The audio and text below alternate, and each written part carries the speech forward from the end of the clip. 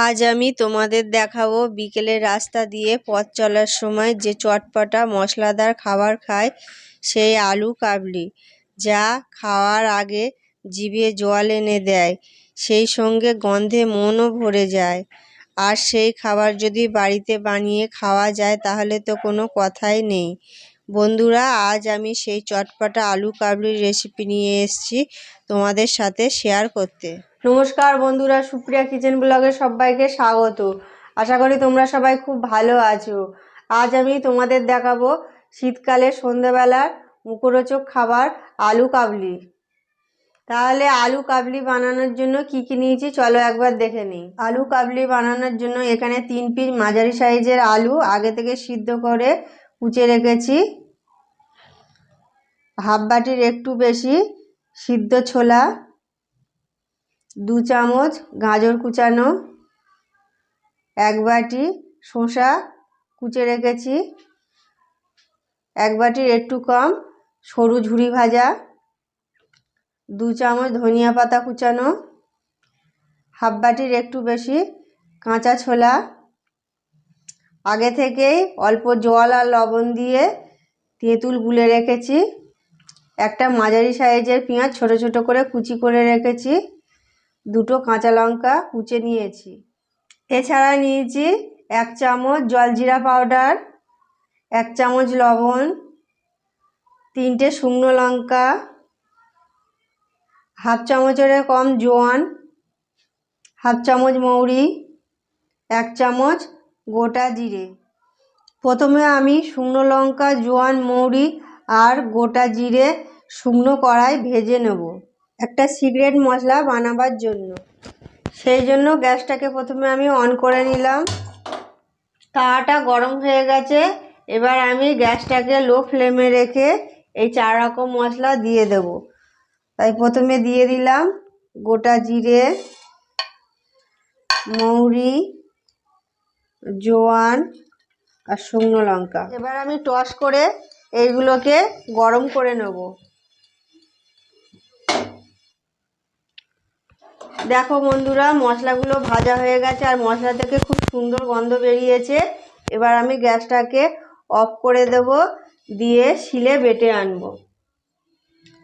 দেখো বন্ধুরা, সিক্রেট মশলাটা রেডি হয়ে গেছে। এবার আমি আলু কাবলি বানিয়ে নেব।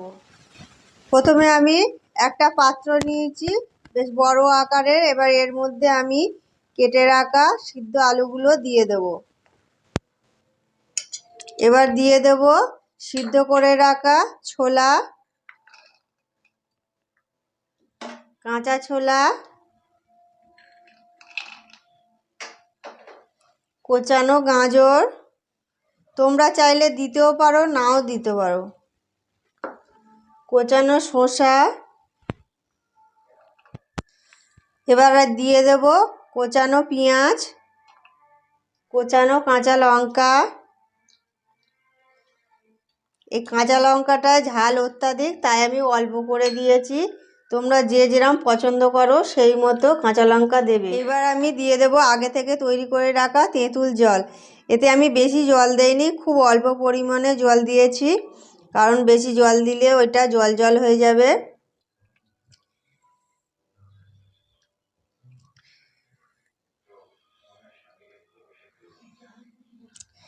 আমি এখানে টমেটো বা লেবু ব্যবহার করিনি, কারণ একটা খাবারে 2-3 রকমের টক দিতে নেই, সেই জন্য আমি 1 রকমের টক ব্যবহার করেছি। এবার আমি দিয়ে দেব কোচানো ধনেপাতা। আগে থেকে আমার বাদাম দেখানো হয়নি বন্ধুরা, এবার আমি এই বাদামটা দিয়ে দেব। এই বাদামটা দিলে খেতে আরো ভালো হয়। এরপর দিয়ে দেব সেই সিক্রেট মশলাটা।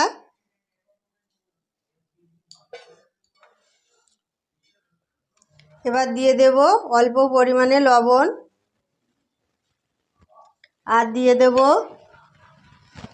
জলজিরা পাউডার। এবার এই সবগুলো আমি একটা চামচের সাহায্যে ভালো করে মাখিয়ে নেব। ওপর নিচে করে ভালো করে মাখিয়ে নিতে হবে।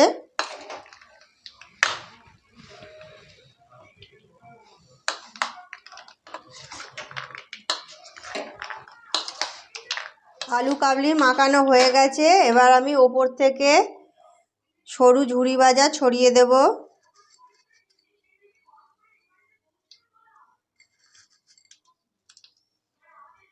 শীতকালে সন্ধেবেলার মুখরোচক খাবারের জন্য আলু কাবলি রেডি হয়ে গেছে।